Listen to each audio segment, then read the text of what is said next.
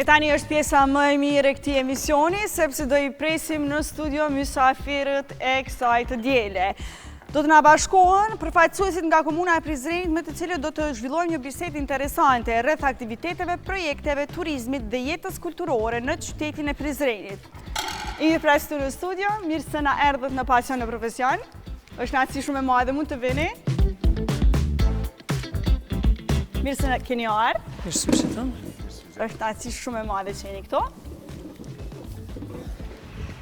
Drejt nga Prizreni në Prishtinë, po besoj që jeni turitur. Pak. Do ta shohim pastaj. Do t'i shohim edhe pjajtat, të cilat do I përgatisim. Pra, veç se janë në përfundim apo jo, po besoj që po. Dy kuzhinierët tonë fantastik, me disa receta shumë qishme, po ne ndërkohë do e vazhdojmë bisedën. Këtu bashkë me mua, po ju prezantoj edhe ju shikues të dashur, janë Adem Morina, drejtori I turizmit dhe zhvillimit ekonomik në Komunën e Prizrenit, Edona Turtulla Rada, drejtoresh në Qendrën e Kompetencës Prizren, Ekuran Gashi, drejtori I festivalit Rock and Blues, dhe Ahmet Himaj, kryetari Endoru Pashtriku Motocross. Mirë se keni ardhur. Faleminderit. Ndoshta do fillojmë bisedën me ju. Do na dëgjoni pak se si po zhvillohet sektori I turizmit në Prizren gjatë viteve të fundit dhe cilat janë prioritetet kryesore për këtë vit. Spari faleminderit për ftesën dhe për gëzimin për emisionin e juaj. Komuna e Prizrenit, përkatësisht Drejtoria për Turizëm dhe Zhvillim Ekonomik, gjithmonë e ka në fokus promovimin e turizmit dhe vlerave turistike që I ka Prizreni. Kur flasim për Prizrenin dhe turizmin, atëherë duhet ta kemi parasysh jo vetëm ne si Prizren, por thuja e gjithë Kosova mburret, nga që çdo vit më tepër është duke u rritur turizmi në qytetin e Prizrenit, sepse të gjithë ata turistë që vinë në Prizren realisht kanë për çfarë të vinë. Nga që Prizreni është një vend I cili ka shumë monumente kulturore, ka objekte historike, ka objekte fetare, kulturore, e kur bëhet fjalë nga që gjatë gjithë vitit në Prizren ka shumë aktivitete, qoftë të jetës kulturore, qoftë të jetës sportive, po ashtu edhe aktivitete turistike. Dhe gjithsesi objektivi I drejtorisë turizmit dhe zhvillimit ekonomik është që të ofrojë sa më mirë kushte për të gjithë turistët që vinë në Prizren. Po ndoshta cila është gjëja kryesore që e bën Prizrenin një destinacion të veçantë për të gjithë turistët e huaj? Unë thash, Prizreni është një potencial I cili I ka thash të gjitha monumentet. Por kur bëhet fjalë, ja ku do Prizreni ka lidhjen shqiptarët Prizrenit, njërin prej monumenteve historike që themelet shtetit shqiptar I ka pikërisht aty. Prizreni ka Kalan e Prizrenit, që është një prej monumenteve më të mira dhe më të vjetra historike.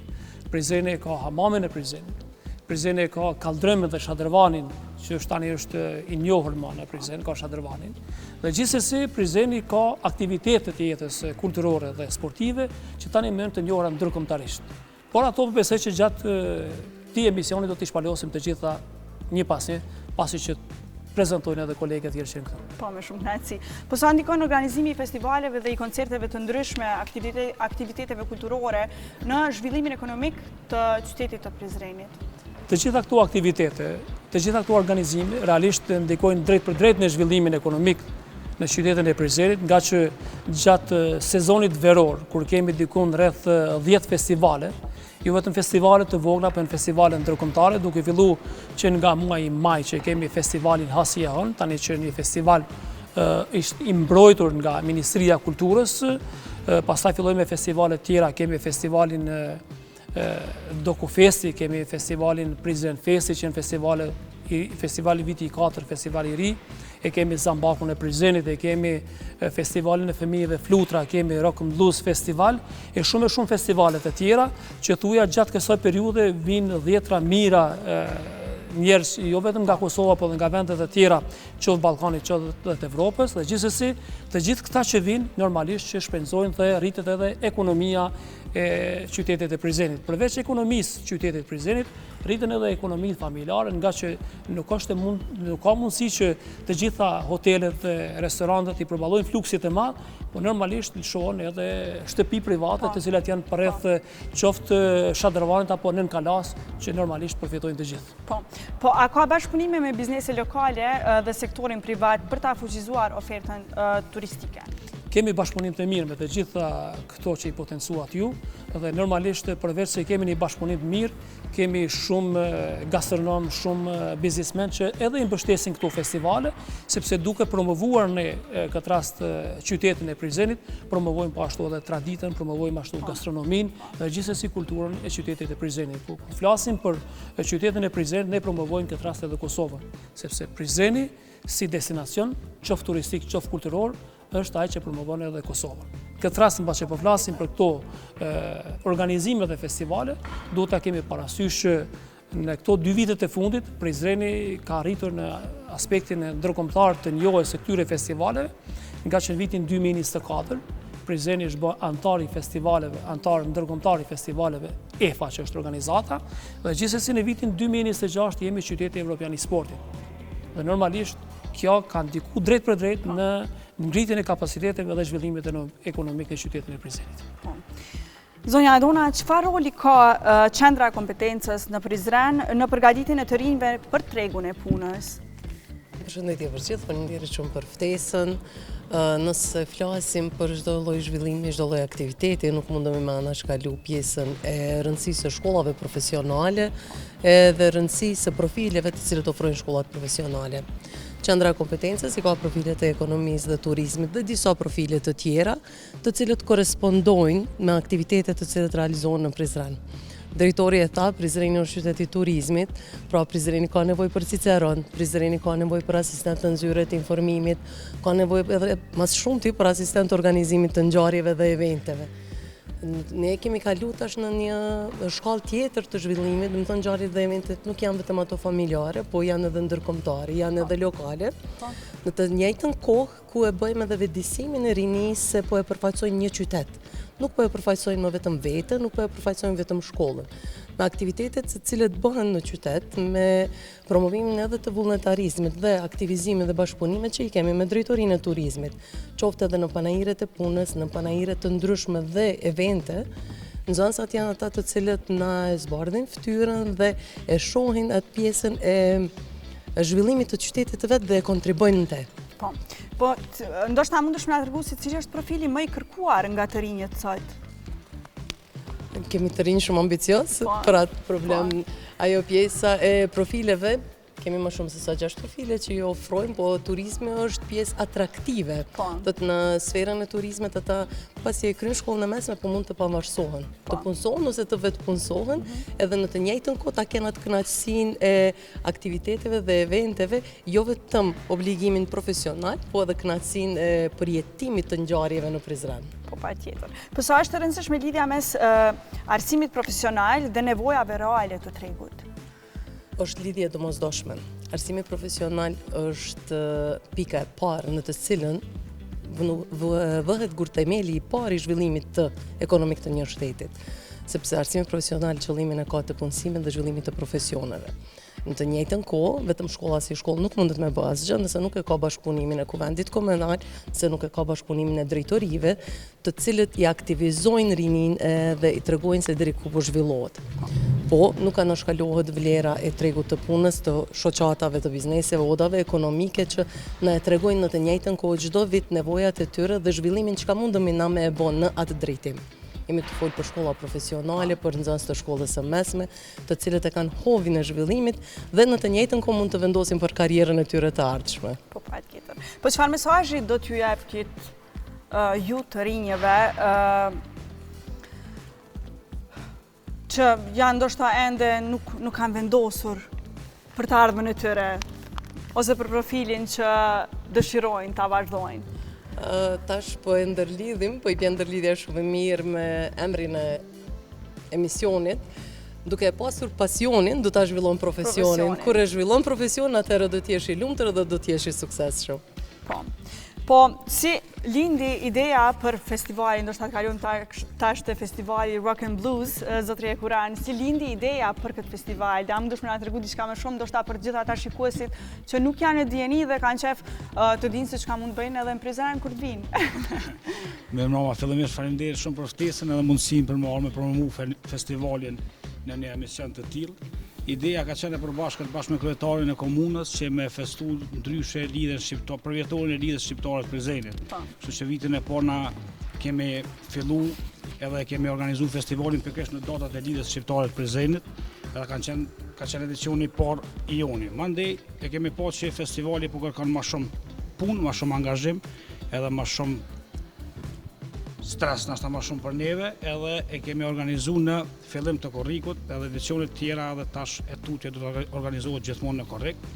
Është një festival që tenton me promovu Prizrenin, tenton me promovu rock muzikën, edhe tenton me kthy nështë rock muzikën në nivelin që ka qenë vitet e 80-ta. E si ka evoluar festivali deri tash? Po synimi jonë ka qenë gjithmonë me qenë tradicional festival, si vjetë organizojmë edicionin e 4, edhe për neve është në rregull, na jemi që aty ku kemi dashur më konë pikërisht tash, për neve është okej. Po çfarë rëndësie ka ky festival për jetën artistike dhe kulturore në Prizren? Po besoj që na kemi marrë motivin edhe prej festivaleve të tjera që kanë ndodhur në Prizren. Kemi pas shumë festivale dhe kemi bashkëgjit festivaleve të mira që kanë ndodhur në Prizren, edhe promovimi i Prizrenit përmes festivalit të rrugët besoj që ka qenë me ndikim të jashtëzakonshëm. Zotëria Kuran, sa ka interesim nga artistët vendor dhe ata ndërkombëtar për pjesëmarrjen në festival? Në fillim kur e kemi organizuar edicionin e parë, shumica prej artistëve, qoftë edhe vendore ndërkombëtar, nuk e kanë pas besimin se mund të ndodh një festival i rangut të tillë në Prizren. Edhe unë kom thonë në vitin e kaluar njërin prej paraqitjeve tona televizive që tash artistat na kërkojnë prej neve me qenë prezent. Para atë punë, unë po shpaloj se një detaj të festivalit si vjet që është ekskluzivitet, ne kemi bërë 2 skena si vjet. Pikërisht për pjesën e artistëve të ri, pjesën e bendeve promovuese që kemi me pas në festival, edhe ideja jonë ka qenë që me bërë një skenë promovuese në festival ku ata mund me ardhur dhe me shfaq veten talentin e tyre, talentat e ri të qoftë edhe shqiptar, edhe vendor dhe ndërkombëtar. Kjo ka një mundësi shumë e mirë për gjithë. Po vese nave që kemi përfunduar line-upin tash. Okej. Po, a mundesh me na tregu datat e sakta të festivalit këtu në Pasion e Profesion, para se të hynë gjithë aty në rrjetet sociale ta kërkojnë? Po në mund me kallëzu datat e sakta që janë me 3, 4 dhe 5 korrik 2026, po nuk mund me kallëzu line-upin se halo s'ka dalë, kështu që ka përfundu pa s'ka dalë. Besoj që javën tjetër veç publikohet. Po çfarë atmosfere mund të pres publiku gjatë këtyre ditëve në Prizren në këtë festival Rock and Blues? Po besoj që për 3 edicionet tona të para na kemi dëshmuar veten se çka presim edhe çka dojmë për festivalit, edhe çka kemi arrit me shfaq për festivalin. Po besoj që edhe si vjet me skenat tona, me organizimin ton, besoj që ka me qenë një event i jashtëzakonshëm prezant që ka me ndodh në data 3 dhe 4, 5 korrekt. Kështu që po i presim krejt në ato data në Prizren me ardhur me festu bashkë për rock and roll. Me si po presim. Të kthehemi edhe pak tek zotëria Adem ta pyes se a mendoni se muzika dhe kultura janë një formë shumë e mirë për promovimin e turizmit, para se të vazhdojmë edhe me zotrin Ahmet? Janë të pandashme në këtë rast, nga që ky dikaster është i lidhur njëri me tjetrin dhe gjithsesi këto të dyja e promovojnë këtë rast edhe turizmin. Kur bëhet fjalë për kulturën, e potencova që në fillim, Prizreni mandatin e 4 vjeçar të zotit Totaj dhe timin se kam qenë 4 vite drejtori i kulturës, diku ne kemi bën 4 festivale të reja. Dhe të gjitha këto 4 festivale të reja kanë sjellë benefitet e jashtëzakonshme. Jo vetëm në aspektin ekonomik, por gjithsesi edhe në aspektin e promovimit të vlerave turistike. Dhe ne nuk kemi si objektiv ta zhvillojmë vetëm turizmin brenda qytetit e Prizrenit, sepse është e pamundshme me fluksin e turistëve që i ka Prizreni ti përballoj, por megjithatë jemi duke u zgjeruar ta promovojmë edhe turizmin, qoftë agroturizmin, qoftë turizmin malor, nga se Prizreni ka jashtëzakonisht bjeshtë të përshtatshme, duke u nisur si nga bjeshkët e Sharrit, pjesa tjetër e Prevallës, po ashtu edhe malet e pashtrikut. Dhe gjithsesi, kur zgjerohem në këto drejtime, atëherë rritet edhe akoma më tepër dhe promovohet turizmi në shumë sfera. E do na tregosh edhe në fund të këtij emisioni se çka mund të na pres gjatë kësaj kohe dhe të gjithë turistët në Prizren. Të vazhdojmë pak me zotrin Ahmet, si nisi dhe na tregon ndoshta si nisi rrugtimi enduro pashtrikut motocross. Mirëmbrëma dhe përshëndetje. Faleminderit për ftesën në emisionin Profesion dhe Pasion. Është kënaqësi shumë e madhe. Unë si kryetari i klubit, gjatë këtyre ditëve, me datën 10 maj, e kishim festivalin e motociklizmit në malet e Pashtrikut, të cilët pa të motorist nga mbar Shqiptaria, ta them, se kishte nga Shqipëria, Maqedonia, Kosova, gjithë rrjevat shqiptare, që ta përfshihet me një fjalë. Po. Dhe këtë Sa vit, është rritur gjatë viteve ky komunitet?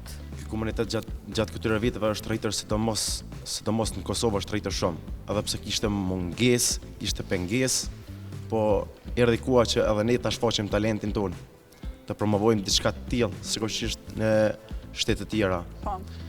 Pse mos është edhe të na. Po e shoh që kohëve të fundit ka shumë interes për ndaj adhuruesve të motocrossit. Edhe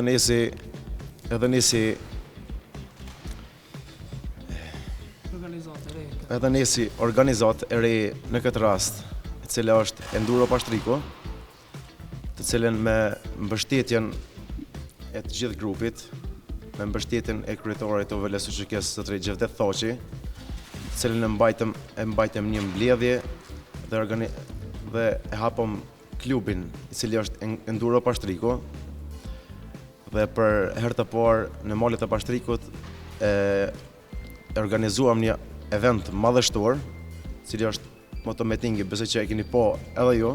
Po. Dhe kishte motorist jashtëzakonisht shumë, diçka e papritur. Po mundesh ndoshta me na tregu pak se çfarë emocione dhe sfida sjell ky sport? Ky sport sjell emocione të papërshkrueshme, të cilët vetë fjala enduro tregon, që është në gjuhën angleze enduros, e cila tregon pyje, male, gur dhe balt. Po ndoshta për të gjithë juve, ndoshta me na tregu pak se çka e bën Prizrenin një qytet gjithmonë që i kthen njerëzit prap në Prizren.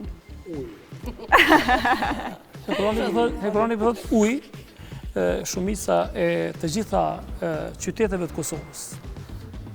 Thuja që kanë pamundur për të kaluar, për shku në pjesën verore të Shqipërisë për t'i kaluar pushimet, që zakonisht i kanë bën të gjitha misionet pyetjet.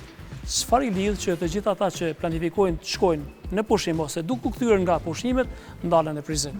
E potencova që Prizreni e ka një gastronomi të jashtëzakonshme, ku është e njohur, janë të njohur, jo vetëm çebaba, por akoma më tepër. Jo, e dim po çebabat. Po normalisht. Dhe gjithsesi. Por që me producentën e emisionit ajo i don shumë çebabat.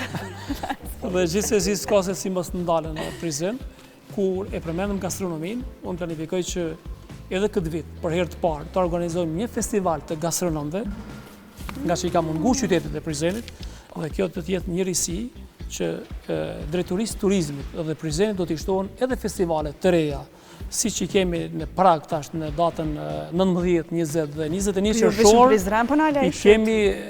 i kemi thuja një festival të kampingut, që për herë të parë do të organizohet festivali kampingut, ku do të marrin pjesë më shumë se 200 kamper, do të zgjatë 3 ditë. Dhe gjithsesi ju ftojmë edhe juve si emision, nga pas kemi me mbet në Prizren, dhe gjatë shumë intervistave që kemi thuja javore, 3-4 intervista i kemi javore, dhe i tham gazetarëve të gjitha televizioneve që juve nuk ju mbetet me shku në qytetet tjera nëse dëshironi me pas punë, veç po i përcjellet të gjitha këto aktivitete që i ka, edhe kultura, edhe sporti, edhe rinia, jeni domethënë keni punë mjaftueshme që menajtë edhe në Prizren. Faleminderit shumë që ishit pjesë e emisionit Pasion në Profesion, ishte shumë kënaqësi e madhe që ju kemi këtu. Faleminderit kënaqësi. Të vazhdojmë dhe të bëjmë degustimin e këtyre pjatave. Ndrojeni. Faleminderit shumë. Se gjithmonë drejtorave të shkollave mbetet syni diku tjetër. Unë mishin nuk e para përgjigj shumë. mund të fillani. Faleminderit shumë. Faleminderit shumë. Kuzhinierave Qasi lumshin shumë, durt, mirë po, megjithatë po urojmë që edhe herave tjera kur vim mos më na lanë kështu pa katëshie. Patjetër.